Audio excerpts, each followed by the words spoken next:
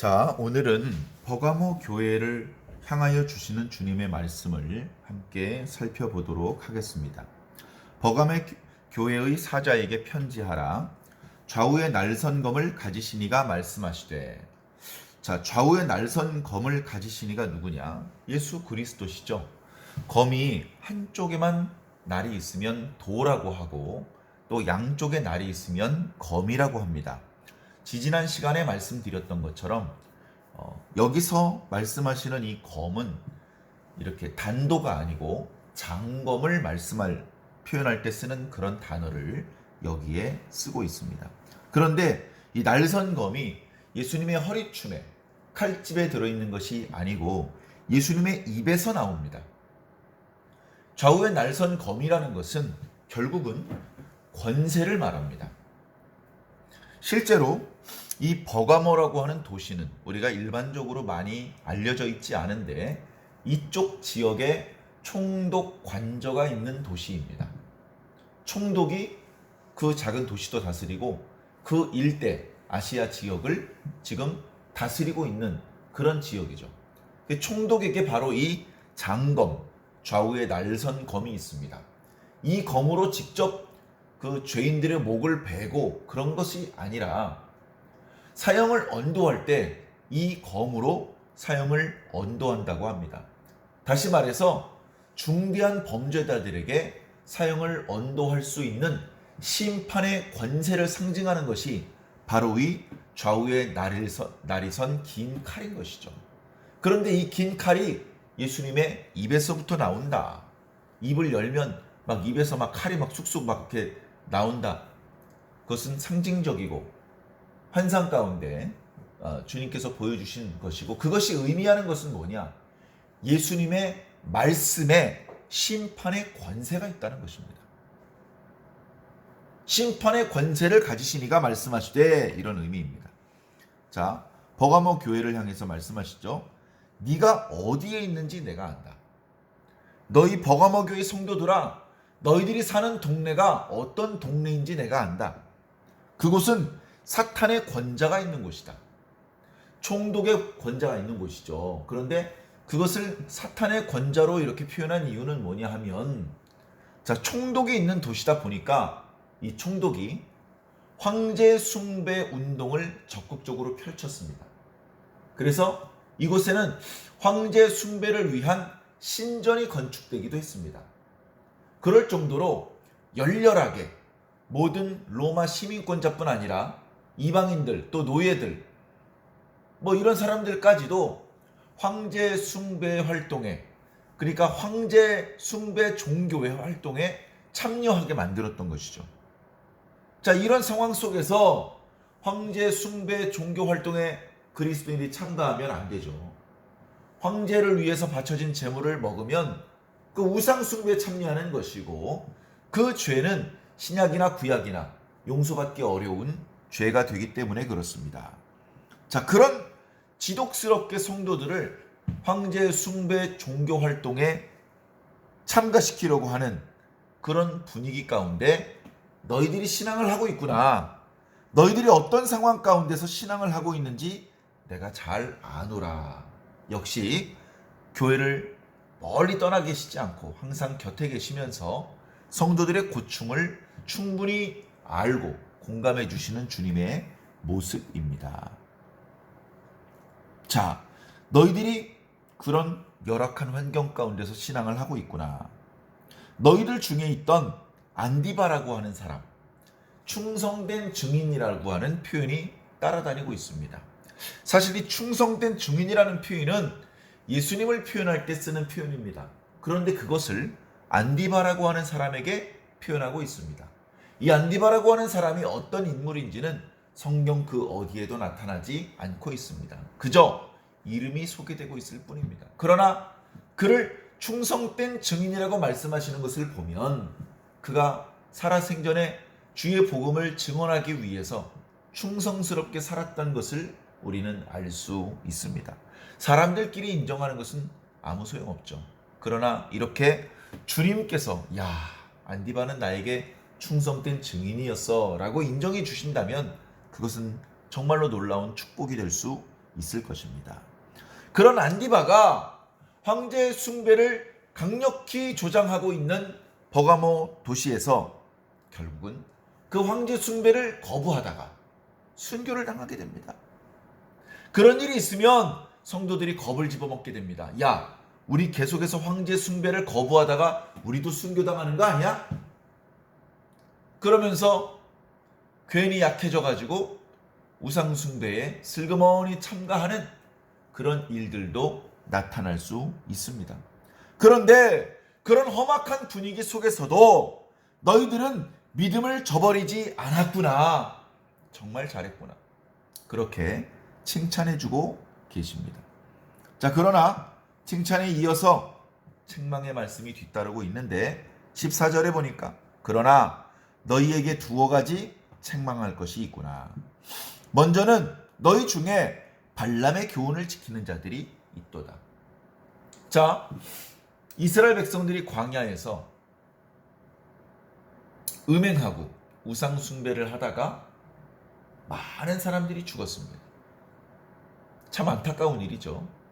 그때 어떤 일이 있었냐면 이스라엘 백성들이 모압 땅을 지나갈 때에 모압 왕 발락이 두려워했습니다. 어떻게 하면 이길 수 있을까? 어떻게 하면 우리가 이 위기로부터 벗어날 수 있을까? 그래가지고 신하들이 많은 돈을 주어서 발람이라고 하는 무당을 불러오십시오. 그가 저주하는 기도를 한다면 이스라엘 사람들도 저주를 당할 수밖에 없을 것입니다. 그래?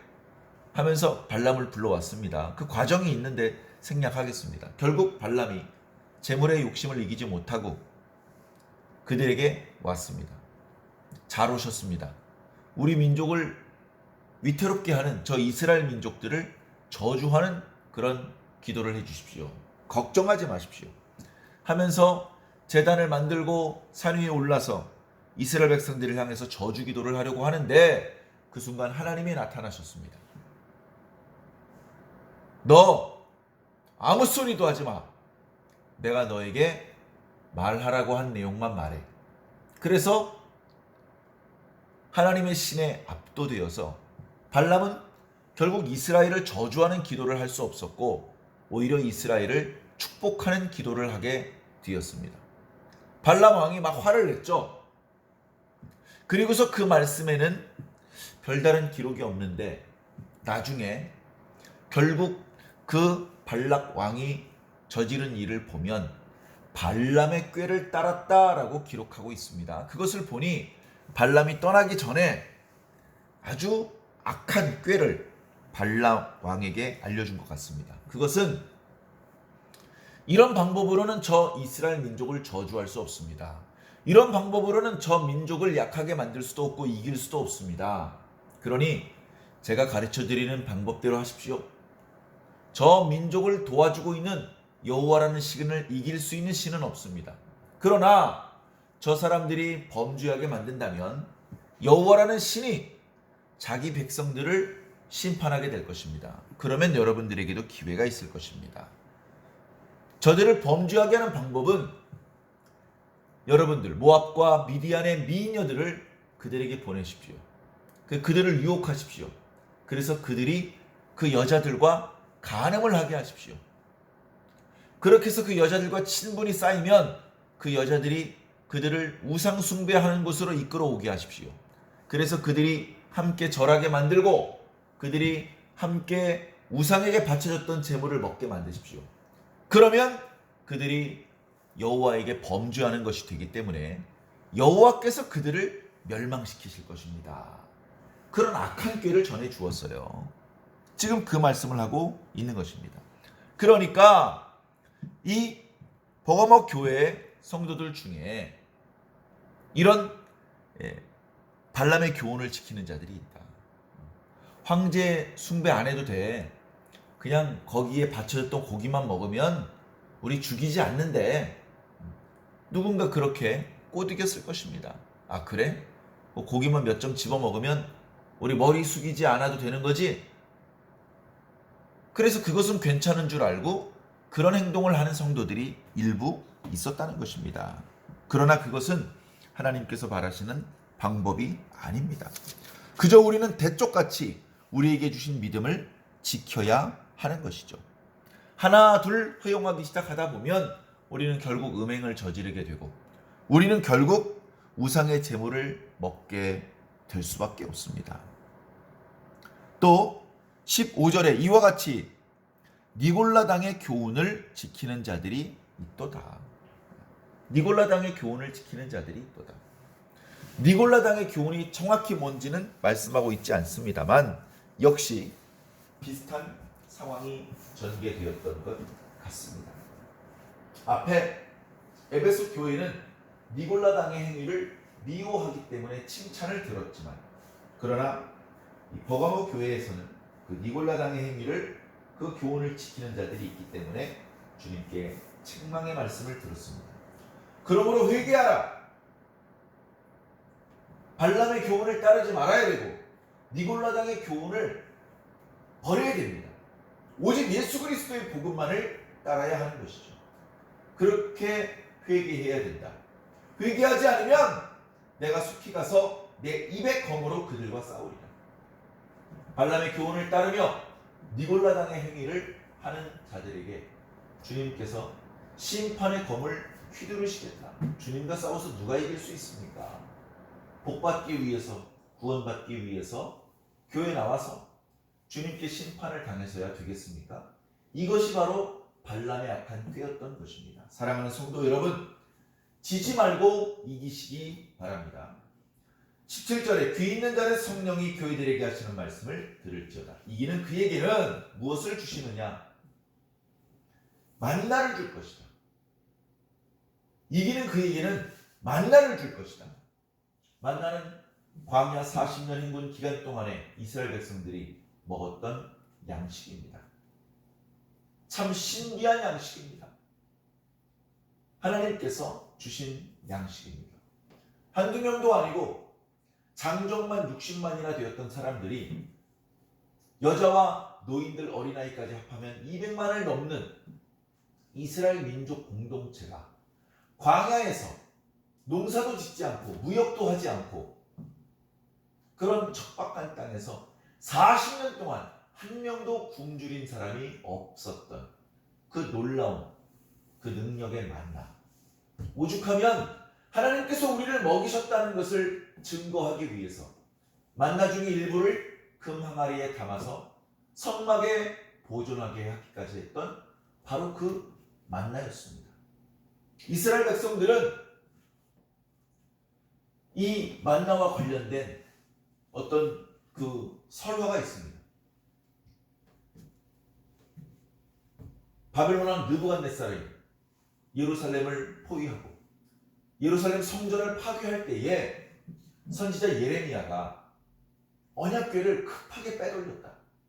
다행히 그래서 그때 언약궤가 파괴됐고 그리고 바벨론 사람들이 성전에서 사용했던 여러 기구들을 빼앗아 갈 때에 언약궤를 가져갔다는 기록이 없다.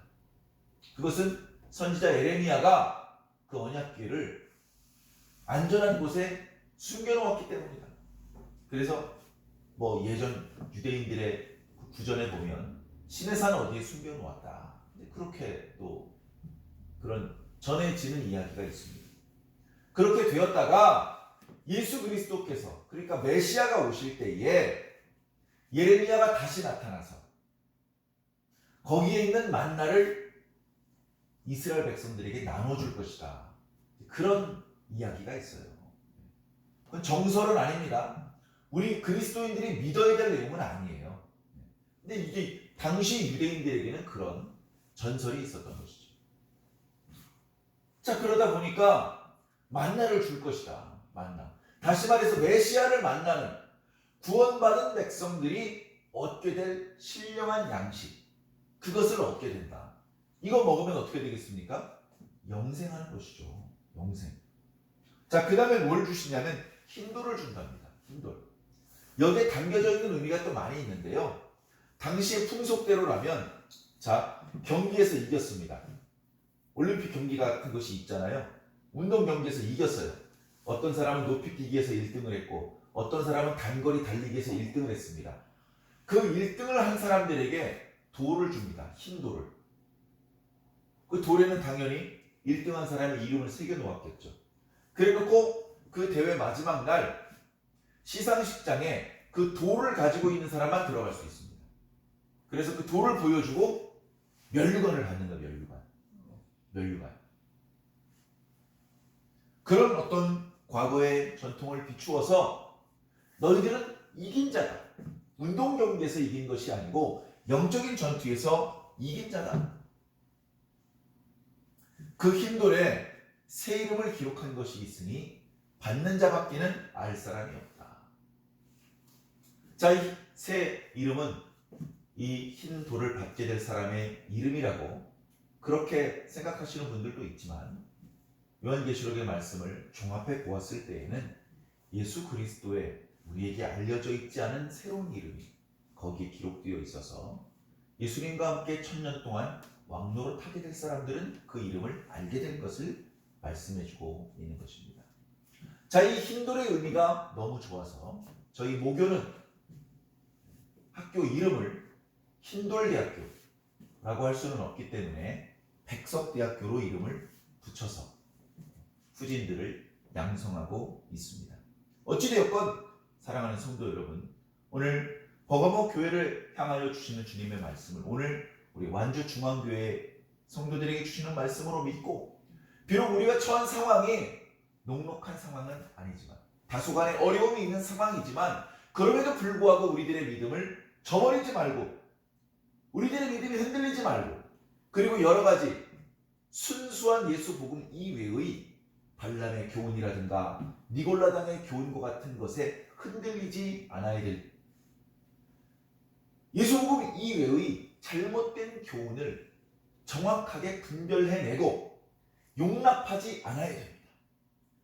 안 그래도 우리들의 믿음은 부족한데 거기에 잘못된 교훈까지 용납한다면 어찌 하나님 나라에 합당한 자가 될 수 있겠습니까? 사랑하는 성도 여러분, 우리들에게 있는 잘못된 풍속, 잘못된 문화, 잘못된 교훈들을 잘 분별해내어서 다 버리시기 바랍니다. 예수님께서 싫어하시는 것은 다 버리시기 바랍니다. 사도 바울은 악은 모양이라도 버리라고 말씀하셨습니다.